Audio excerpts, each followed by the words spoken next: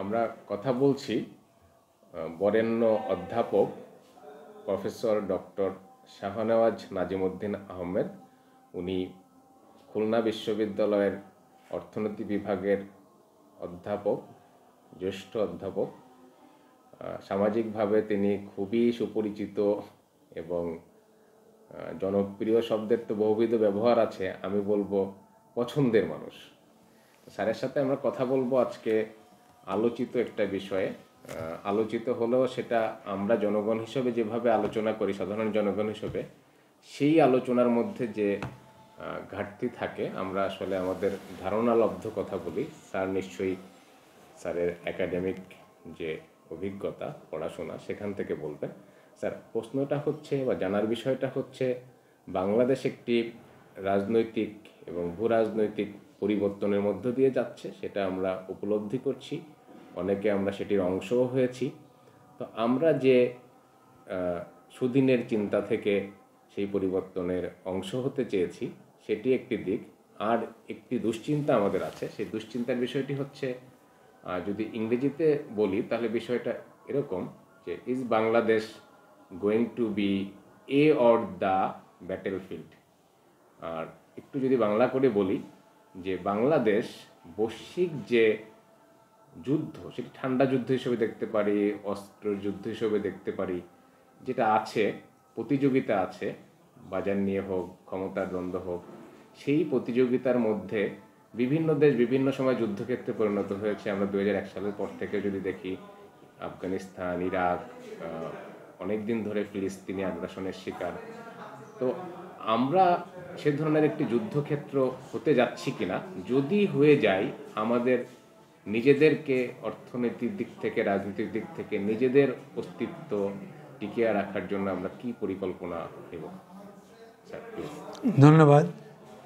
মূলত বাংলাদেশ স্বাধীনতার পরবর্তী পর্যায় থেকেই আমাদের যে প্রতিবেশী দেশ ভারত কিংবা চীন কিংবা যুক্তরাষ্ট্র, এই সমস্ত জায়গায় এই সমস্ত দেশগুলির একটা লোলুপ দৃষ্টি সবসময় আছে। কারণ হলো যে, সারা পৃথিবীতে যে বৈশ্বিক পরিবর্তনের সঙ্গে সঙ্গে সভ্যতার ক্ষেত্রেও একটা পরিবর্তন আসে। যেমন আমরা জানি যে, এক সময় রোমান সভ্যতা বা গ্রিক সভ্যতা বা এই সিন্ধু অববাহিকার যে সভ্যতা, এই সভ্যতার ক্ষেত্রে এক একটা প্রভাব বলয় তারা করতে সক্ষম হয়েছিল। এবং তারপর একটা পর্যায়ে ইউরোপীয় সভ্যতা যখন বিকাশ ঘটল, তারা আবার প্রভাব বিস্তার করতে শুরু করলো এবং ইউরোপের অধিকাংশ দেশগুলি তাদের উপনিবেশগুলি গড়ে তুলতে শুরু করলো। আমাদের জানা মতে যুক্তরাজ্য আমাদের এই সমস্ত দেশগুলিকে তার উপনিবেশ হিসেবে পেয়ে তারা লাভবান হয়েছিল। পরবর্তী পর্যায়ে দেখা গেল যে, ফ্রান্স, জার্মানি, পর্তুগাল, এই সমস্ত দেশগুলিরও কিন্তু উপনিবেশ ছিল। আস্তে আস্তে আস্তে আস্তে এই ঔপনিবেশিক শাসন ব্যবস্থার পরিবর্তন ঘটল এবং আন্তর্জাতিক প্রেক্ষাপটে এই দেশগুলি কিন্তু ভবিষ্যতে আর ঠিক ভূক্ষেত্রকে দখল করার মতন তাদের মানসিকতা পরিবর্তন করে বাজারকে দখল করার জন্যে তারা তাদের লোলুপ দৃষ্টিকে বিস্তার ঘটাতে শুরু করলো। বাজারের বিস্তৃতি ঘটাতে পারলেই তারা বেশি লাভবান হবে। একটা দেশকে যদি তারা দখল করতে চায়, তাহলে ওই দেশের জনগোষ্ঠীকে, তাদেরকে খাইয়ে পরিয়ে বাঁচিয়ে রাখা, তাদের শিক্ষা, স্বাস্থ্য, বিনোদনের দিকেও লক্ষ্য রাখতে হবে। যেন তেনভাবে করতে গেলেও তাদের কিন্তু সেটা করতে হতো। কিন্তু যদি এই দেশগুলিকে দখল না করে তার বাজারকে দখল করা যায়, তাহলে কিন্তু তাদের লাভ হলো ওই আঞ্চলিক প্রেক্ষাপটে তারা একটা নতুন অর্থনৈতিক বলয় সৃষ্টি করে নিজেদের প্রভাবকে বিস্তার করতে পারে। যেমন বাংলাদেশের যে ভৌগোলিক অবস্থান, এই দেশটি 3 দিকে পরিবেষ্টিত ভারত দিয়ে, অন্যদিকে হলো এক বিশাল জলাধার বঙ্গোপসাগর। সেখানে ভারত বিশ্ব রাজনীতিতে খুব প্রভাব বিস্তার করবে, এটা কিন্তু চীন কিংবা যুক্তরাষ্ট্র কখনোই চায় না। তাদের দৃষ্টি হলো যে, কিভাবে ভারতের বলয় থেকে বাংলাদেশকে তাদের নেতৃত্বের মধ্যে নিয়ে নিতে পারে, তারা যদি অর্থনৈতিক প্রভাব বিস্তার করতে পারে, তাহলে ভারতের যে প্রভাব বিস্তারের ক্ষেত্রটি, সেই ক্ষেত্রটিকে একটু হলেও অবদমন করা সম্ভব। এজন্যে চীন এবং যুক্তরাষ্ট্র এ দুটি দেশেরই কিন্তু বাংলাদেশের উপর একটা তীক্ষ্ণ নজর আছে। বলছিলেন professor doctor Shahnewaz Nazimuddin Ahmed. Sir, আপনি বলছিলেন যে বাংলাদেশের উপর আমাদের প্রতিবেশী রাষ্ট্র তো বটেই, পাশাপাশি চীন এবং যুক্তরাষ্ট্রের একটি তীক্ষ্ণ নজর দীর্ঘদিন ধরে আছে। সেই জায়গা থেকে যদি আমরা আবার একটু জানতে চাই যে এই তীক্ষ্ণ নজর কেন আছে, সেটি আপনি বলেছেন, বাজার অর্থনীতি, আরও কিছু বিষয়, যে এখানে দুটি অত্যন্ত বড় দেশের অবস্থান জনসংখ্যার দিক থেকে, ভারত এবং চীন। আমরাও অনেক জনসংখ্যার দিক থেকে বড় দেশ, তো সেগুলি আপনি স্যার বলেছেন। তো এখন ফলাফলটা কি হতে যাচ্ছে স্যার, প্লিজ? ধন্যবাদ। ফলাফলের আলোচনার যাওয়ার আগে আমি আরেকটু সংযোজন করতে চাই।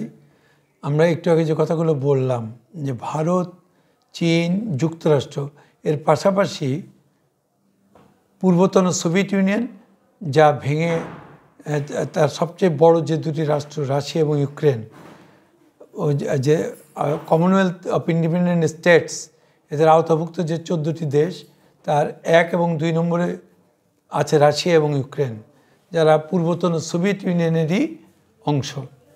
এরা বর্তমানে একটা যুদ্ধে লিপ্ত। এক্ষেত্রেও কিন্তু ভূরাজনৈতিক একটা প্রভাব আছে। সেক্ষেত্রে রাশিয়া যেমন ইউক্রেনের উপরে তার প্রভাব বিস্তার করছে, অন্যদিকে রাশিয়াও কিন্তু এই ভূরাজনৈতিক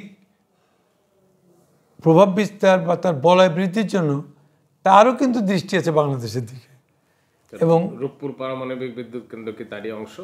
রূপপুর পারমাণবিক বিদ্যুৎ কেন্দ্রটি এক্ষেত্রে যখন গড়ে উঠল, সেও কিন্তু এখানে অর্থায়ন করেছে। তার দৃষ্টিভঙ্গিতে যদি যুক্তরাষ্ট্রের প্রভাব মুক্ত রেখে বাংলাদেশকে তাদের প্রবলয়ে নিতে পারে, তাহলে তারা লাভবান হবে। একটা জিনিস আমরা সাধারণ জনগণ বুঝতে পারি না, মানে ভারত না যুক্তরাষ্ট্রের না রাশিয়ার, আবার রাশিয়ারও যুক্তরাষ্ট্রেরও আবার ঠিক মানে বাংলাদেশকে তারা সাথে রাখতে চায় না দূরে রাখতে চায়, কিভাবে বাংলাদেশকে নিয়ে তারা কাজ করতে চায়, আমরা স্যার এটা কিন্তু বুঝতে পারি না। মানে স্যার, আপনি যদি কিছু বলতেন এই বিষয়ে। এটা তুমি ঠিকই বলেছ যে ভারত চায় না যেমন পরাশক্তি হতে চায়, পূর্বতন পরাশক্তি কিন্তু যুক্তরাষ্ট্র এবং যুক্তরাষ্ট্র এবং রাশিয়া। এবং এই রাশিয়া, এরা সেই শীতল যুদ্ধকালীন সময়ে রাশিয়া তার প্রভাবের ভেতরে অন্যান্য কমিউনিস্ট ব্লকভুক্ত দেশগুলিকে, পূর্ব ইউরোপীয় দেশ এবং অন্যান্য দেশগুলি যেমন রোমানিয়া, চেকোস্লোভাকিয়া, ইউগোস্লাভিয়া, পরবর্তী এখানেও পরিবর্তন হয়েছে, তারপর পোল্যান্ড, এই সমস্ত দেশগুলিকে নিয়ে একটা ওয়ারশো প্যাক্ট করেছিল। অন্যদিকে ন্যাটোভুক্ত দেশগুলি ছিল আমেরিকার বলয়। ঠিক সেই প্রভাবের ক্ষেত্রেই ইউক্রেনকে যেন রাশিয়ার প্রভাবমুক্ত রাখা যায়, সেজন্য কিন্তু যুক্তরাষ্ট্র যখন প্রভাব বিস্তার করেছিল বা করছে, ঠিক তদ্রূপ রাশিয়াও কিন্তু চায় যে তার অন্যান্য ডাইমেনশনে সে যেন প্রভাব বিস্তার করতে পারে। সেই জন্যে তারও দৃষ্টিভঙ্গি কিন্তু বাংলাদেশ বা এই দক্ষিণ পূর্ব এশিয়ার দিকেও কিন্তু বিস্তার করার জন্য সেও কিন্তু সব সময়ই চিন্তা ভাবনা করে এবং সে সেইভাবেই তার বিভিন্ন ধরনের কার্যক্রমকে পরিচালিত করে।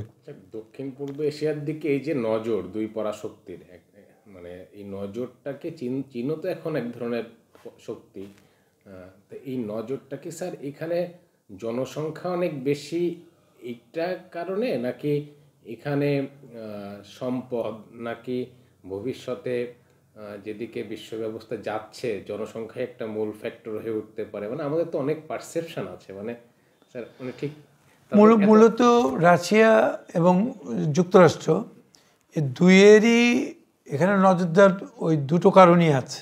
যেমন বিশাল জনগোষ্ঠীর উপরে প্রভাব বিস্তার করা, পাশাপাশি সম্পদের দিকেও কিন্তু তাদের নজর আছে। আমি একটু আগে যে কথা বলছিলাম যে বাংলাদেশের শুধু নয়, সারা পৃথিবীতেই এখন শুধুমাত্র গ্রিন ইকোনমি এর উপরে ভিত্তি করেই কিন্তু চলছে না। তা প্রত্যেকেই কিন্তু এখন ব্লু ইকোনমির দিকেও নজর দিচ্ছে। সমুদ্র সম্পদ যেটা আহরণ করতে পারলেও তারা লাভবান হতে পারে। একটু স্মরণ করি আপনাকে দিতে চাই যে বাংলাদেশের যে বিশাল সমুদ্র বিজয় হয়েছিল আন্তর্জাতিক আদালতের মাধ্যমে মিয়ানমারের সাথে, কিছুটা ভারতের সাথেও, এই বিজয়ের কি বাংলাদেশের একান্ত নিজস্ব অর্জন, নাকি এই বিজয়ের ক্ষেত্রে এই যে আজকে বা ভবিষ্যতে আমেরিকার বা ইউরোপ তো আমেরিকার সাথে আছেই নাকি স্যার, ন্যাটো যদি ধরি, তাদের যে তীক্ষ্ণ দৃষ্টি, এই তীক্ষ্ণ দৃষ্টির সাথে কি ওটার কোনো ধরনের সম্পর্ক থাকতে পারে, নাকি একান্তই আমাদের নিজস্ব বিজয়, ওটা আমাদের প্রাপ্য? মূলত আমরা বিজয় লাভ করেছি আন্তর্জাতিক পর্যায়ে, আমরা দেন দরবার করে এটা লাভবান হয়েছি। কিন্তু আমরা যখনই এই সমুদ্র সম্পদের মালিক হলাম বা এই দীর্ঘ সমুদ্র অঞ্চলকে আমরা আমাদের সঙ্গে যুক্ত করতে সক্ষম হলাম, তখন কিন্তু ওই দৃষ্টি পরাশক্তিগুলি আরও বেশি তীক্ষ্ণ হলো। কারণ সবাই তো মনে মনে ভাবে যে শুধুমাত্র ওই দেশের জনগোষ্ঠী শুধু না, সম্পদ থাকতে হবে।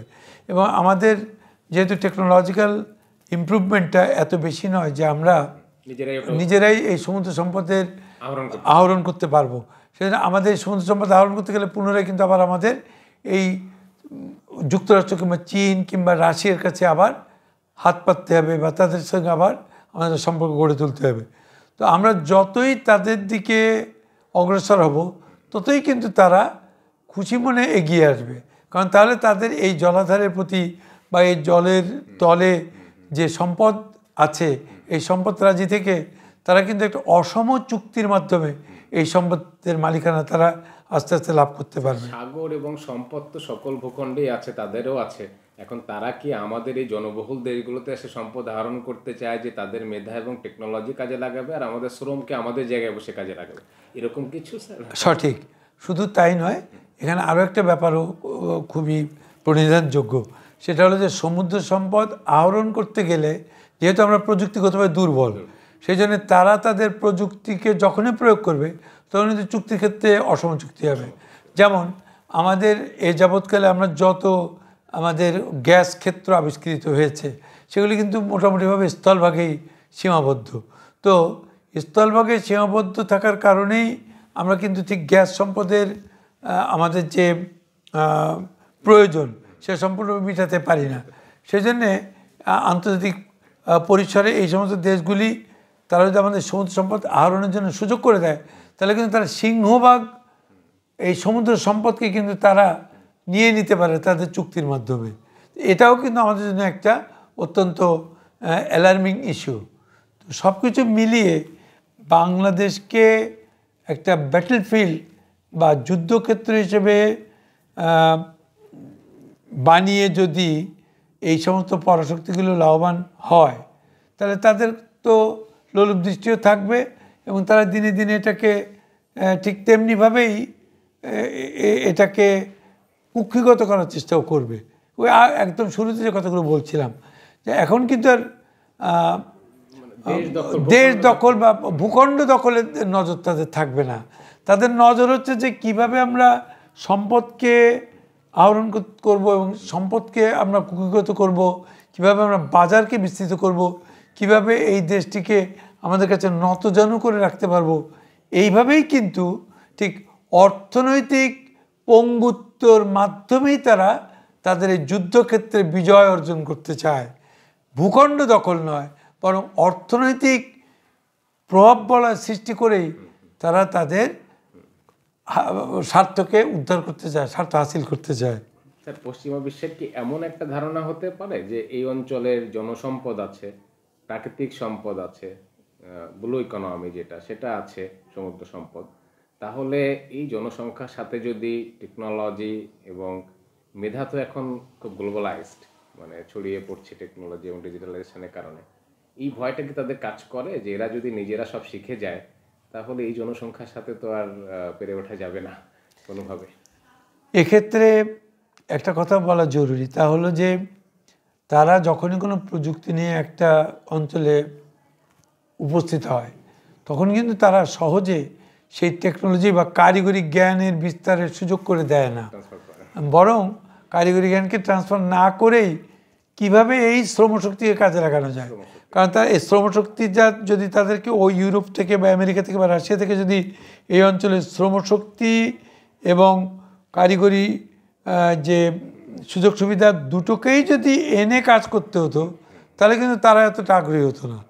তারা কিন্তু এক্ষেত্রে শ্রমশক্তিটার প্রয়োগ করবে তাদের কারিগরি যুক্তি বুদ্ধি, তাদের শ্রম তাদের দেশে নিয়ে, এখানকার শ্রম তাদের দেশে নেওয়াটা যত ঝামেলা, তার থেকে কারিগরি এখানে এনে শ্রম এখানে বসে ব্যবহার করাটা, কারিগরি জ্ঞানের বিস্তার ঘটাবে এবং প্রযুক্তিগত জ্ঞানের বিস্তার ঘটানোর জন্য ওই যে সমস্ত ব্যক্তিবর্গ তারা এখানে আনবে, টেকনিক্যাল পার্সন, তাদেরকে সামনে রেখে ওই চিপ লেবার ফোর্স বা সস্তা শ্রমিককে কাজে লাগিয়ে তারা কিন্তু তাদের স্বার্থ হাসিল করবে। দেশের বাজার মূল্যে ব্যবহার করার সুযোগ পাচ্ছে শ্রমটাকে, সঠিক। তাদের দেশে নিলে তাদের বাজার মূল্যে ব্যবহার করতে, যেহেতু আমাদের এক্ষেত্রে একটা সস্তা শ্রম বাজার আছে, অর্থাৎ সেক্ষেত্রেও কিন্তু তারা তাদের স্বার্থকেই উদ্ধার করার চেষ্টা করবে।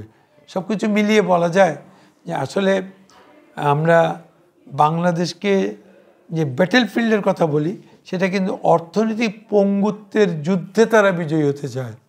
অর্থনৈতিক পঙ্গুত্ব যাতে বিস্তার লাভ করে, আমরা যেন অর্থনৈতিকভাবে তাদের ক্ষেত্রে পঙ্গু হয়ে তাদের কাছে মাথাকে নত করি, সেইটাই কিন্তু তাদের মুখ্য উদ্দেশ্য। এরকম একটা কথা শোনা যায় যে বাংলাদেশকে তারা বেস ক্যাম্প মনে করতেছে কিনা, মানে যেরকম হিমালয়ে উঠতে গেলে একটা বেস ক্যাম্পে আমাদের একটু রেস্ট নিতে হয়, বিশ্রাম নিতে হয়, দাঁড়াতে হয়, তো বাংলাদেশ, এখানে চীন আছে, মিয়ানমার আছে, ভারত আছে, তো বাংলাদেশকে তারা এরকম ভাবছে কিনা যে এখানে আমরা যদি আমাদের অবস্থানটাকে শক্ত করতে পারি, তাহলে চীন, ভারত এবং আমরা যদি APEC+3 নাকি স্যার, যদি ভুল না করি, মানে এই তো মানে more than 50% population of the world, তো এখানে নিঃসন্দেহে ভারত, পাকিস্তান, বাংলাদেশের জনগোষ্ঠী তো প্রায় 1/4 পৃথিবীর। তার সঙ্গে যদি আবার যুক্ত হয় মায়ানমার, কিংবা তার সঙ্গে যদি চীন যদি যুক্ত হয়, তাহলে তো প্রায় অর্ধেক জনগোষ্ঠী এখানে এসে যায়। এবং এখানে মিয়ানমারের আমরা যেটা জানি যে সিল্ক রুটের কথা যেটা বলা হয়, সিল্ক রুটের কথা বলা, যখন বিমস্টেকের আওতাধীন যে দেশগুলি আছে, তাহলে নিঃসন্দেহে অর্ধেকের বেশি জনগোষ্ঠীর উপরে তার প্রভাব বিস্তার করতে পারে। আবার যদি একটু ইস্ট এশিয়া থেকে যদি নজর দিই, তাহলে ইস্ট এশিয়াতে অলরেডি কিন্তু তারা দক্ষিণ কোরিয়া, তারপর জাপান, হ্যাঁ, এই সমস্ত তাদের কিন্তু একটা প্রবল আছে। সেটা দক্ষিণ কোরিয়া, জাপান, এর পাশাপাশি যদি ফিলিপিনিস, হ্যাঁ, তারপর এদিকে বাংলাদেশ, মায়ানমার, থাইল্যান্ড, আমি বোধহয় ওটা ASEAN+3 বলতে চাই। ASEAN, জি জি জি, হ্যাঁ APEC না, ASEAN+3, জি, ASEAN+3 ধরলে তো মোর দ্যান 50% পপুলেশন এখানে, 50% প্রায় এখনকার জনগোষ্ঠীর যে 800 কোটির উপর জনগোষ্ঠী, তাতে প্রায় আমি তো মনে করি যে নট অনলি 50%, 55% বা তারও বেশি, 55% বা তারও বেশি জনগোষ্ঠী এখানে আছে। অর্থাৎ একদিকে সবুজ অর্থনীতির সুযোগ নেওয়া, একদিকে নীল অর্থনীতির সুযোগ নেওয়া, পাশাপাশি শ্রমবাজার পেয়ে যাওয়া, তাহলে নিঃসন্দেহে তারা একটা নতুন কৌশলিক বা কারিগরি উপনিবেশ গড়ে তুলতে তারা সক্ষম হতে পারে। এখানেই উৎপাদন, এখানেই বিক্রয়, এখানে উৎপাদন, এখানে বিক্রয়, আর লাভটা তাদের কাছে সরিয়ে নেওয়া, তাদের কাছে চলে যাওয়া। একটু divide and rule policy task করি, সেটা হচ্ছে যে আমরা যদি ন্যাটোর দিকে তাকাই, তাহলে দেখতে পাই, ইভেন ওয়ারশো, যেটা স্যার বললেন ওয়ারশো প্যাক্ট, সেখানে দেখতে পাই তারা মানে ধর্মীয়ভাবে খুব মানে ইউনিক, মানে খ্রিস্টানিটি বাইরে খুব কোনো দেশ আমরা দেখতে পাই না ওখানে। কিন্তু আমরা যদি আমাদেরই অঞ্চলটাকে দেখতে পাই, তাহলে এখানে আমরা খুব ডাইভার্সিফাইড, মানে আমাদের এখানে অন্তত 3টা হিন্দু, মুসলিম, বৌদ্ধ ধর্মের কমপক্ষে 3টা ধর্ম এখানে খুব প্রবলভাবে এখানে বিরাজমান। তো মানে এই যে ধর্মীয় দ্বন্দ্বটা আমাদের দীর্ঘকাল ধরে এখানে আছে, সেই দ্বন্দ্বটা কতটা আমাদের স্বতঃস্ফূর্ত দ্বন্দ্ব আর কতটা চাপিয়ে দেওয়া দ্বন্দ্ব, মানে মূলত সারা পৃথিবীতেই এখন খ্রিস্ট সাম্রাজ্যের বিস্তৃতির পাশাপাশি ইহুদি জনগোষ্ঠী কম হলেও তাদের সারা পৃথিবী কিন্তু তারা একটা শাসনের বলয়ের ভিতরে রাখতে সক্ষম হয়েছে। ইহুদি প্রভাব, ইভেন খ্রিস্টানদের ওপরেও ইহুদিদের প্রভাব অনেক বেশি। সেক্ষেত্রে ধর্মীয়ভাবে যদি চিন্তাভাবনা করা হয়, তাহলে কিন্তু সেক্ষেত্রে মুসলিম জনগোষ্ঠী বা হিন্দু জনগোষ্ঠী বা বৌদ্ধ জনগোষ্ঠী, এদের কিন্তু ঠিক বিশ্ব বাজারে অতটা প্রভাব আছে এটা কিন্তু বলা যায় না। সেক্ষেত্রে ধর্মীয়ভাবেও খ্রিস্টান বলয় ইহুদিদেরকে সঙ্গে নিয়ে যেভাবে সারা পৃথিবীতে তাদের প্রবলেম সৃষ্টি করতে সক্ষম হয়েছে, মুসলমান, হিন্দু বা বুদ্ধিস্টরা কিন্তু তা পারেনি। মানে এটা কি divide and rule policy still মানে কন্টিনিউ করতেছে? মানে সেই যে আমাদের বলা হতো যে পাকিস্তান ভাগ হয়েছে ভারত ভাগ হয়েছে ডিভাইড অ্যান্ড রুল পলিসি দিয়ে। পাকিস্তান ভারতের এই জায়গাও কিন্তু তাদের একটা কূটকৌশল ছিল। সেক্ষেত্রেও তারা কিন্তু চেয়েছিল যে ধর্মীয়ভাবে ভাগ করে দিয়ে ভূখণ্ডগত ভাগটাকে করতে পারলে এরা কিন্তু মোটামুটি অর্থনৈতিকভাবে দুর্বল থাকবে, এবং সেদিক থেকেও কিন্তু তদানীন্তন ব্রিটিশরা লাভবানই হয়েছিল। দিন শেষে কি হচ্ছে, মানে রক্তই তো ঝরছে, মানে আসলে ভাই ভাইয়ের রক্ত ঝরাচ্ছে, এমনই তো একটা অবস্থা। মূলত ওই দৃষ্টিভঙ্গিতে যদি আমরা চিন্তা করি তাহলে ধর্মীয় ভেদই বলি আর যে ভেদই বলি, একটা তীক্ষ্ণ বিভাজন কিন্তু সারা পৃথিবীতে এখন ধনী দরিদ্রের বিভাজনটা এখন সবচেয়ে বড় বিভাজন। তো এই বিভাজনের কারণেই যারা অনগ্রসর দেশ বা জাতিগোষ্ঠী তারা কিন্তু দিনে দিনে পিছিয়ে যাচ্ছে, নিঃসন্দেহে কথা বলা যায়। আমরা কিভাবে মোকাবেলা করব মানে শেষের দিকে এসে? আমাদের এই মোকাবেলা করার জন্য মূলত আঞ্চলিক ফোরামের ভেতরে একটা সহযোগিতা বৃদ্ধি করা জরুরি। কিন্তু দুর্ভাগ্যজনক হলেও আমাদের এই অঞ্চলের যে আঞ্চলিক ফোরামগুলি সেগুলিও দুর্বল।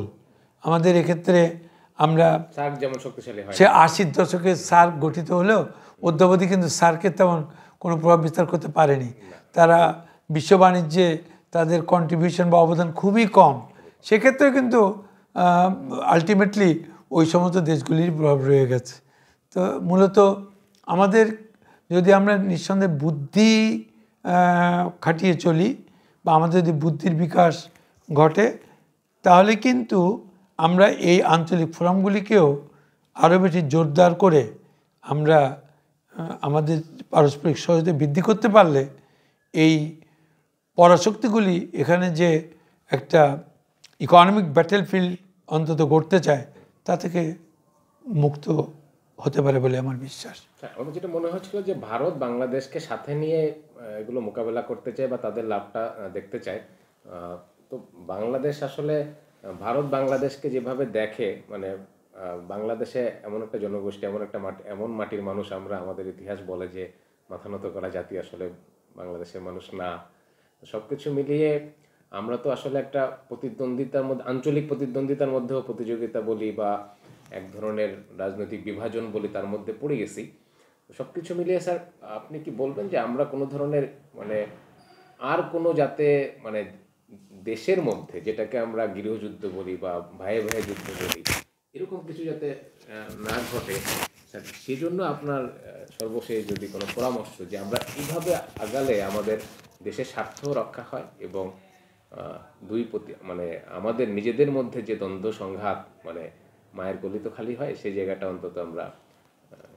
এক্ষেত্রে আসলে মূলত যে সমস্যা সেটা হলো যে আমাদের এই উপমহাদেশ বা এই সার্কভুক্ত দেশগুলির মধ্যে পাকিস্তান এবং ভারত, এই দুটি দেশের মধ্যে একেবারে সাপে নেউলের সম্পর্ক বা দাকুমড়ের সম্পর্ক থাকার কারণে এখানে আঞ্চলিক ফোরামগুলি বিস্তার লাভ করেনি। ভারত যেমন একটা বিগ ব্রাদার অ্যাটিটিউড নিয়ে সবসময় চলে, আর পাকিস্তান তার পরপরই তারাও নিজেদেরকে একটা স্বতন্ত্র সেকেন্ড ব্রাদার হিসেবে স্বপ্ন দেখে। ফলে পাকিস্তান এবং ভারতের এই দ্বন্দ্বটাই আমাদের আঞ্চলিক ফোরামের আসলে ব্যর্থতার একটা মূল কারণ। সেখানে আমরা যারা বাংলাদেশ, শ্রীলঙ্কা, নেপাল, ভুটান বা মালদ্বীপ, এই আফগানিস্তান, এই দেশগুলি কিন্তু ঠিক ভারত পাকিস্তানের ভেতরে বৈরিতার কারণেও অনেকটা পিছিয়েছে। এটাই আমার শেষ কথা বলে আমি মনে করি। শেষ কথাই হয়ে গেল। তারপর স্যার খুব মজার বিষয় হচ্ছে আফগানিস্তান আবার ভারতের বলয়ে, মানে মানে ঠিক এটা আমাদের কাছে খুব মানে একটু বিস্ময়কর এবং মানে ডিপ্লোম্যাটিক্যালি এটা কিভাবে দেখা উচিত যে আফগানিস্তান ভারতের বলয়ে, আবার আফগানিস্তানের আদর্শিকভাবে চিন্তা করলে সেটি হওয়ার কথা না, কিন্তু ভারত কোনো না কোনোভাবে আফগানিস্তানকে তার বলয়ে রাখতে সক্ষম হয়েছে বলে আমাদের মনে হয়। হ্যাঁ, নিঃসন্দেহে এই ক্ষেত্রে মানে সমীকরণ মিলানো বেশ কঠিন, কিন্তু তারপরেও মানে এক্ষেত্রে একটা আলাদা সমীকরণ আছে। এই সমীকরণটা গড়ে ওঠার পেছনে ওই যে প্রত্যেকেই তো চায় যে তার প্রবলটাকে বিস্তার করা। সেজন্যে আফগানিস্তানের যে কোনো সংকটের সময় ভারত এমনভাবে তার সাহায্যের হাতকে সম্প্রসারিত করে যে কোনো ক্রমে আফগানিস্তান ভারতকে ছেড়ে যায় না, বা ভারতও আফগানিস্তানকে ছেড়ে যায় না। এটাও নিঃসন্দেহে একটা খুব কৌশল হিসেবে আমি মনে করি। স্যার, অসংখ্য ধন্যবাদ। আমরা খুবই উপকৃত হয়েছি সাধারণ জনগণ হিসেবে আপনার যে প্রাজ্ঞ মতামত, রাজনৈতিক বিশ্লেষণ, অর্থনৈতিক দৃষ্টিকোণ থেকে। আমরা আশা করি আপনার পরবর্তী পর্বে গিয়ে আমরা অন্য কোনো বিষয়ে বা একই বিষয়ের পরম্পরায় আরও গুরুত্বপূর্ণ বক্তব্য মতামত শুনতে পাবো। এতক্ষণ কথা বলছিলেন খুলনা বিশ্ববিদ্যালয়ের অর্থনীতি বিভাগের বরেণ্য অধ্যাপক ডক্টর শাহনেওয়াজ নাজিমউদ্দিন আহমেদ। স্যার, আসসালামু আলাইকুম।